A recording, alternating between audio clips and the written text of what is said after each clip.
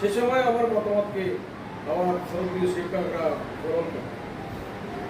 আমি মতামত দিলেই তারা বলতো যা তুমি যেভাবে ইচ্ছা আগে না সাথে আছো। এখন সবার সম্মিলিত, এখানে কোনো গ্রুপিং তৈরি করা যাবে না। শিক্ষার ক্ষেত্রে, চাকরির ক্ষেত্রে আমরা ঐক্যবদ্ধভাবে প্রতিষ্ঠান কাজ। এখানে কোন প্রকার যে ওর সাথে আর একজনের সাথে গ্রুপিং করে ঝামেলা করতে কখনো হয়নি। স্যারদের ভিতরে আল্লাহর রহমতে হবে না।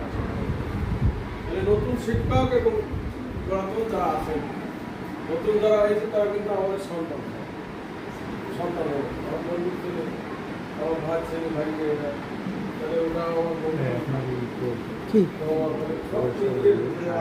মাদ্রাসা দিতে দেন তাদের সাথে তাদের করে সাবসৃষ্টি না করে তাদের আস্তে আস্তে আস্তে আস্তে চলবে।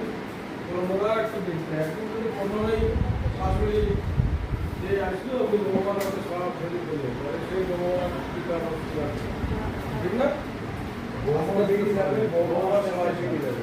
আর ভগবান যদি মনে করে যে সব কিছু কুক্ষিগত করে আমি মতদারি করতে যাবো, তাহলে কিন্তু পারবে।